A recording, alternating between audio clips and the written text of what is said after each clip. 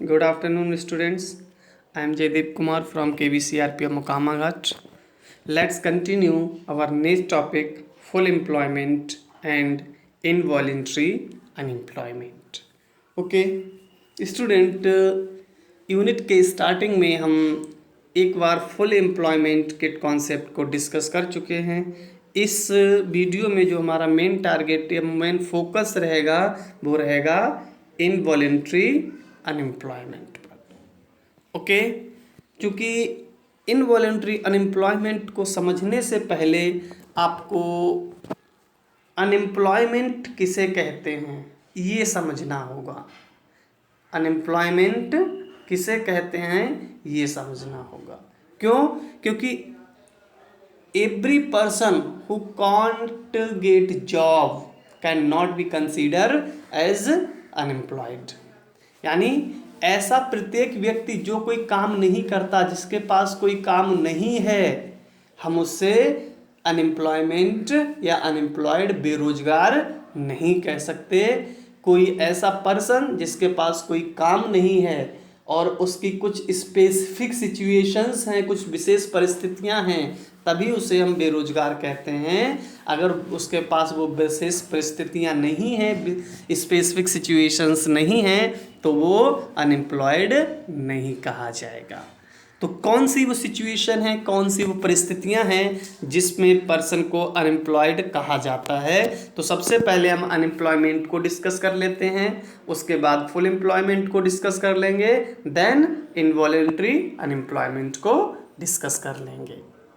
ठीक है, तो देखिए स्टूडेंट, अ पर्सन, कोई भी पर्सन जो अनएम्प्लॉयड है या एम्प्लॉयड है, हम उसकी बात कर रहे हैं। A person who able to work. Able to work यानी काम करने के योग्य है, यानी वो उसमें कोई फिजिकली प्रॉब्लम नहीं है, उसमें कोई मेंटली प्रॉब्लम नहीं है, और वो इस एज को भी क्रॉस कर चुका है जिस एज में वो काम कर सकता है। यानी वो पर्सन, कोई पर्सन जो मेंटली फिट है, फिजिकली फिट है और एक स्पेसिफिक एज को क्रॉस कर चुका है, तो हम क्या मानते हैं? वो एबल टू वर्क हो जाता है, वो काम करने के योग्य हो जाता है। दूसरा, विलिंग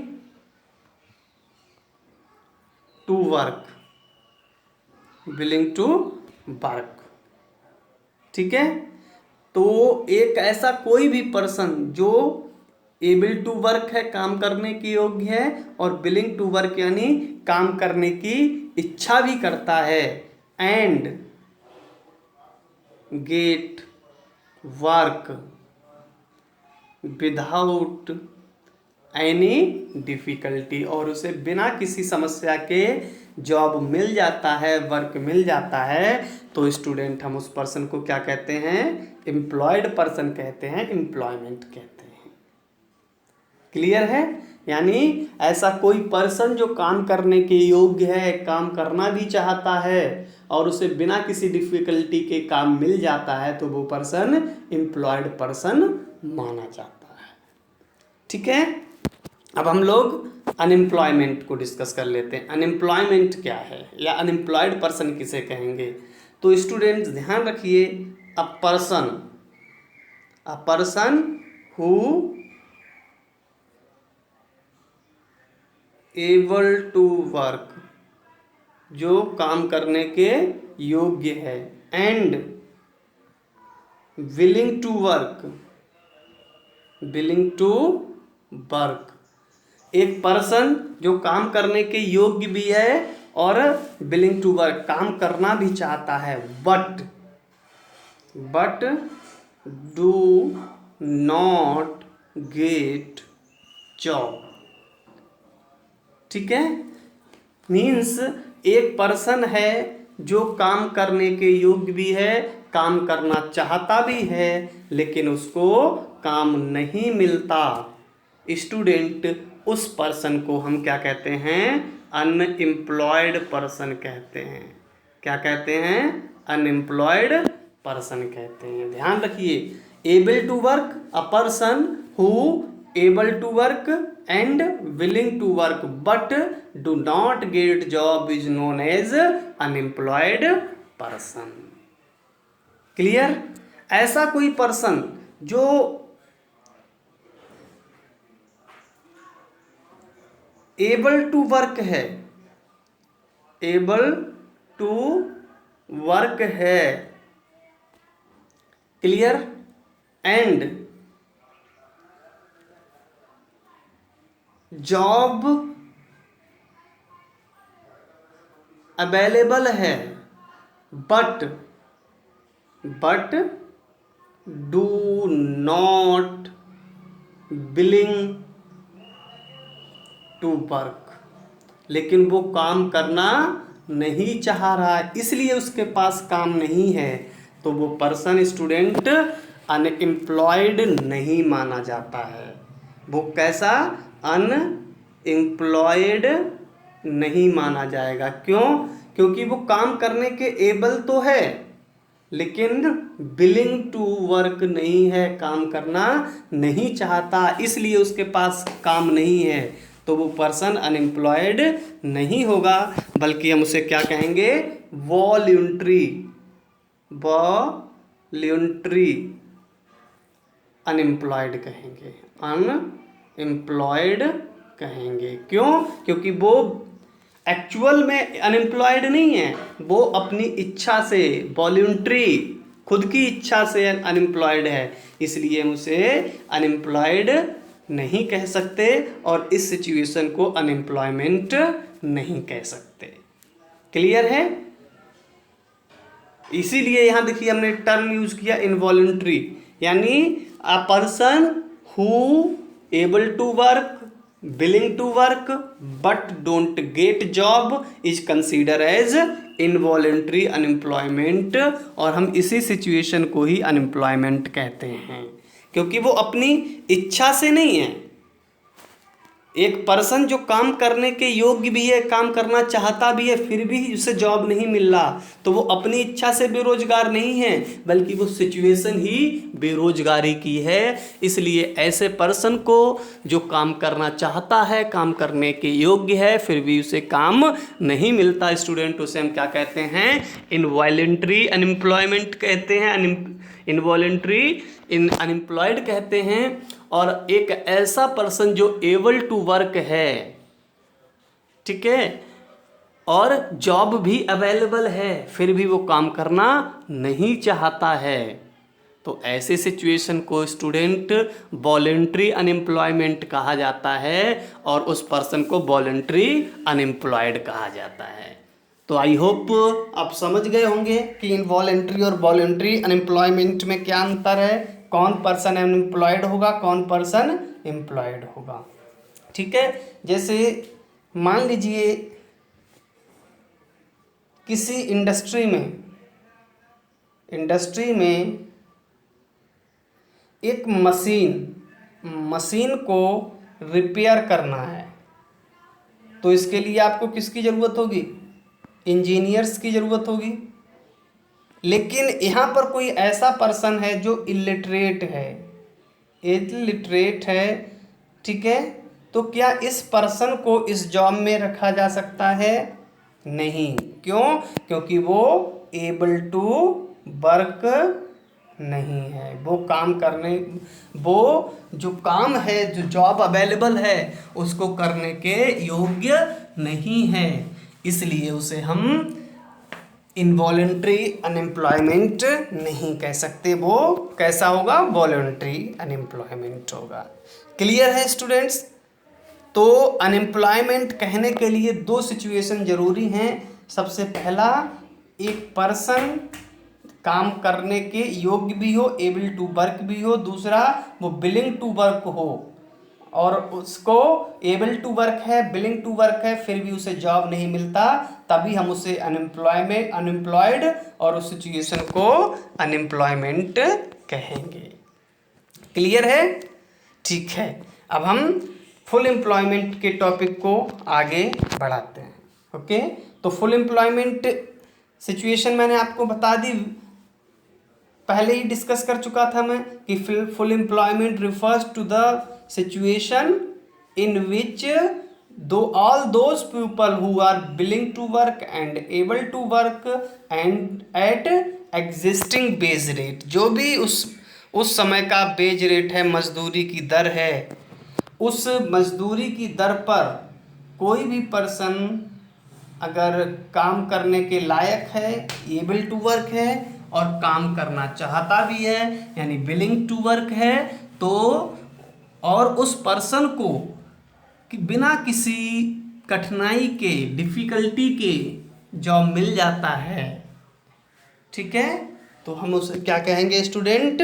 फुल एम्प्लॉयमेंट कहेंगे। देखिए वही यहाँ पर लिखा भी है, full employment refers to the situation in which all those people who are able to work and willing to work at existing wage rate, जो भी उस समय का बेज रेट है, उसी बेज रेट पर सभी लोग जो काम करने के योग्य भी हैं और काम करना चाहते भी हैं, and get work without any difficulty, ठीक है, यानी एक ऐसी सिचुएशन जिसमें सभी लोग उस समय की मजदूरी दर, बेज रेट पर जो काम करने के योग्य हैं और काम करना चाहते हैं और उन्हें बिना किसी समस्या के काम मिल जाता है, तो उसे हम स्टूडेंट क्या कहते हैं? फुल एम्प्लॉयमेंट कहते हैं, ठीक है। फुल एम्प्लॉयमेंट यानी हमारे जितने भी पीपल हैं सबको एग्जिस्टिंग वेज रेट पे काम मिल गया। इसका मतलब अब कोई भी पर्सन बेरोजगार नहीं होगा, कोई भी पर्सन अब अनएम्प्लॉयड नहीं होगा। यानी फुल एम्प्लॉयमेंट का सिंपल सा मीनिंग है zero unemployment, zero unemployment. Clear? This means यानी full employment means zero unemployment. Clear हो गया? ठीक है, आगे बढ़ते हैं।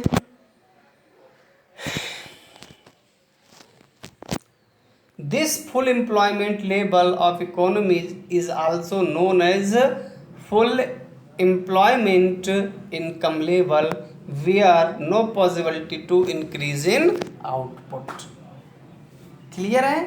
यानी जो अभी हमने फुल एम्प्लॉयमेंट की सिचुएशन को डिस्कस किया, यानी एक ऐसी सिचुएशन जिनमें हमारे सभी लोगों को जो काम करने के योग्य हैं और काम करना चाहते हैं सभी को काम मिल जाता है, तो उस इनकम लेवल को क्या कहा जाएगा स्टूडेंट?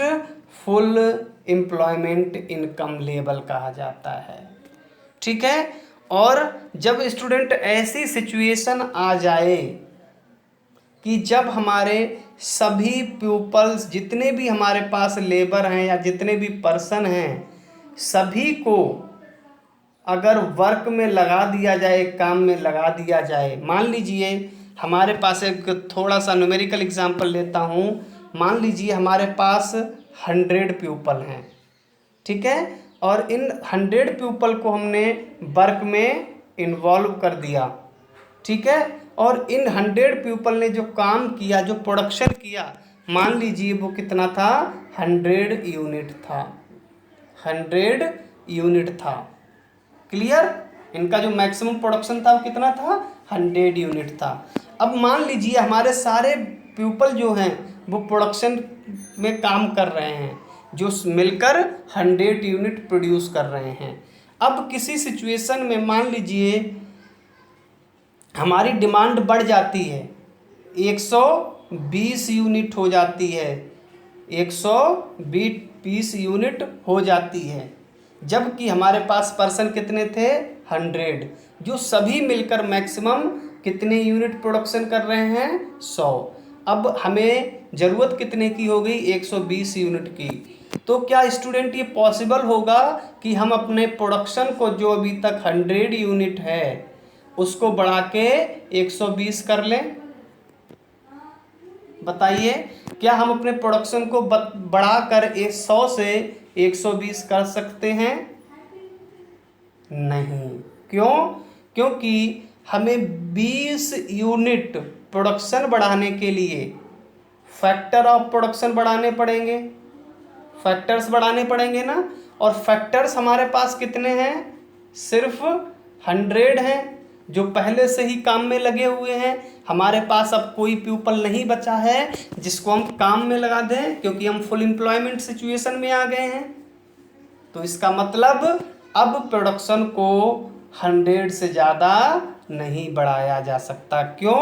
क्योंकि इस लेवल पर, इस आउटपुट पर हमारे जितने भी फैक्टर्स हैं, जितने भी पर्सन हैं, सभी को एम्प्लॉयमेंट में लगाया जा चुका है। यानी यहाँ पर क्या है, ज़ीरो अनएम्प्लॉयमेंट है। यानी हम इस ज़ीरो अनएम्प्लॉयमेंट को स्टूडेंट क्या कह सकते हैं, फुल एम्प्लॉयमेंट कह सकते हैं। इसका मतलब जब इकोनॉमी में फुल एम्प्लॉयमेंट की सिचुएशन हो जाती है तो प्रोडक्शन को या आउटपुट को या इनकम को और नहीं बढ़ाया जा सकता। क्लियर है? जब कोई इकोनॉमी फुल एम्प्लॉयमेंट पर काम कर रही होती है, उसके सभी फैक्टर्स को काम मिल चुका होता है, तो उसके बाद प्रोडक्शन, आउटपुट या नेशनल इनकम को बढ़ाना पॉसिबल नहीं होता है। यानी किसी भी कंट्री की मैक्सिमम प्रोडक्शन की लिमिट कितनी होती है, उसका फुल एम्प्लॉयमेंट लेवल होता है। इसके बाद कोई भी कंट्री अपने प्रोडक्शन को, अपने नेशनल इनकम को नहीं बढ़ा सकती। क्लियर है? तो देखिए यहाँ मैंने एक डायग्राम बनाया हुआ है, जहाँ पर एक, यहाँ देखिए बाई एफ लिखा है। बाई एफ इसका मतलब फुल एम्प्लॉयमेंट इनकम लेवल। यानी ये कौन सा लेवल है, फुल एम्प्लॉयमेंट इनकम लेवल है। यानी इसके बाद अगर आप प्रोडक्शन बढ़ाते हैं तो यहाँ तक तो बढ़ाते चले जाएंगे, लेकिन इसके बाद प्रोडक्शन को बढ़ाना पॉसिबल नहीं होगा, क्योंकि आपके पास इसके बाद रिसोर्स यानी फैक्टर्स नहीं बचे हैं। यानी किसी भी कंट्री का मैक्सिमम प्रोडक्शन कितना हो सकता है, उसका full employment level of income तक हो सकता है। और इसी पॉइंट पर जहाँ पर एडी कर्व एएस को इंटरसेक्ट करेगा, यहाँ जहाँ पर AD is equal to AS होगा, इसी को इक्विलिब्रियम पॉइंट कहा जाएगा। क्लियर है? तो ये इक्विलिब्रियम पॉइंट कौन सा है, फुल एम्प्लॉयमेंट इनकम लेवल का है। इसके बाद अगर डिमांड बढ़ती है तो सप्लाई को बढ़ाया जाना पॉसिबल नहीं होगा। ये किसी भी कंट्री की एग्रीगेट सप्लाई का मैक्सिमम लेवल होगा, लेकिन एग्रीगेट डिमांड घट बढ़ सकती है, क्योंकि एग्रीगेट डिमांड का फुल एम्प्लॉयमेंट से कोई लेना देना नहीं है। एग्रीगेट डिमांड लोगों की इनकम और क्रेडिट अवेलेबिलिटी पर डिपेंड करती है। इसलिए फुल एम्प्लॉयमेंट के लेवल के बाद एग्रीगेट डिमांड बढ़ भी सकती है और घट भी सकती है, लेकिन एग्रीगेट सप्लाई को फुल एम्प्लॉयमेंट लेवल के बाद बढ़ाया जाना पॉसिबल नहीं होता है।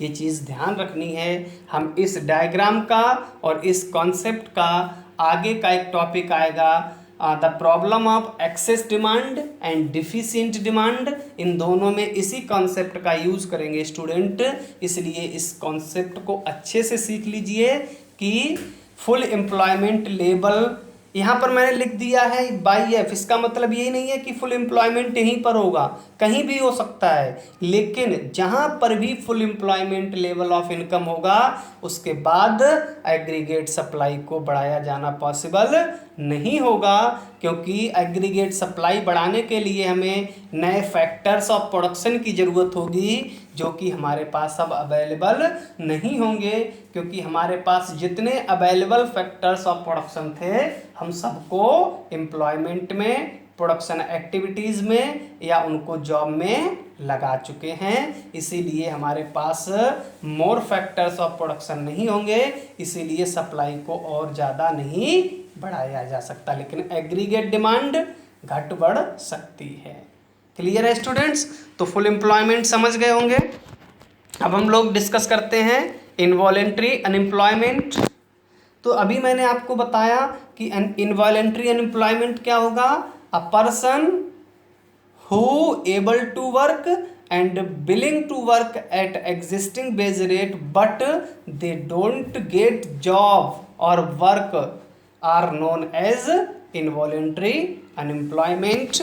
देखिए यहाँ पर मैंने लिखा भी है, the person who are able to work, जो पर्सन काम करने के योग्य हैं, एंड विलिंग टू वर्क, काम करना चाहते भी हैं, एट एग्जिस्टिंग वेज रेट, जो भी उस समय का वेज रेट है उस वेज रेट पर कोई पर्सन काम करना चाहता है और वो काम करने के योग्य भी है, बट दे गेट या they do not get the work, लेकिन उन्हें काम नहीं मिल पाता, काम करना भी चाहते हैं, काम करने के योग्य भी हैं, फिर भी उन्हें काम नहीं मिल रहा। इसका मतलब वो इनवॉलेंट्री अनएम्प्लॉयमेंट हैं और इस सिचुएशन को इनवॉलेंट्री अनएम्प्लॉयमेंट कहा जाता है।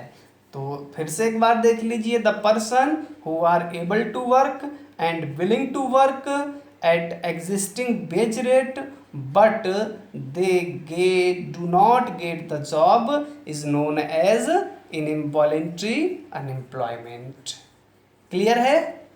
तो स्टूडेंट्स आप इन दोनों कॉन्सेप्ट को देख लीजिएगा, स्पेशली फुल एम्प्लॉयमेंट के कॉन्सेप्ट को अच्छे से समझ लीजिए, क्योंकि आगे के टॉपिक में हम इसी कॉन्सेप्ट को यूज़ करने वाले हैं, ठीक है, और इसी डायग्राम का हम बार बार यूज़ करने वाले हैं। जब हम प्रॉब्लम ऑफ एक्सेस डिमांड पढ़ेंगे, प्रॉब्लम ऑफ डिफिशिएंट डिमांड पढ़ेंगे, तो इसी डायग्राम का हम वहाँ पर यूज़ करेंगे। और जो मैंने आपको बताया कि फुल एम्प्लॉयमेंट के बाद एग्रीगेट डिमांड कम या ज़्यादा घट और बढ़ सकती है, लेकिन एग्रीगेट सप्लाई को बढ़ाना पॉसिबल नहीं होता है। इसी कॉन्सेप्ट और इसी डायग्राम का हम आगे के कॉन्सेप्ट में, आगे के टॉपिक में यूज़ करेंगे। तो इसे अच्छे से देख लीजिए, अच्छे से समझ लीजिए। कोई कन्फ्यूज़न है, कोई डाउट है, आप मेरे साथ शेयर कीजिए, मैं आपके सारे डाउट और कन्फ्यूजन क्लियर करूँगा, ठीक है। नेक्स्ट वीडियो में हम लोग the problem of excess demand and deficient demand topic को डिस्कस करेंगे, और वो इस यूनिट का लास्ट टॉपिक होगा, ठीक है। तब तक के लिए आप इसे पढ़िए, इसको समझिए और नोट्स बना के क्लासरूम में सेंड कीजिए। Okay, thank you.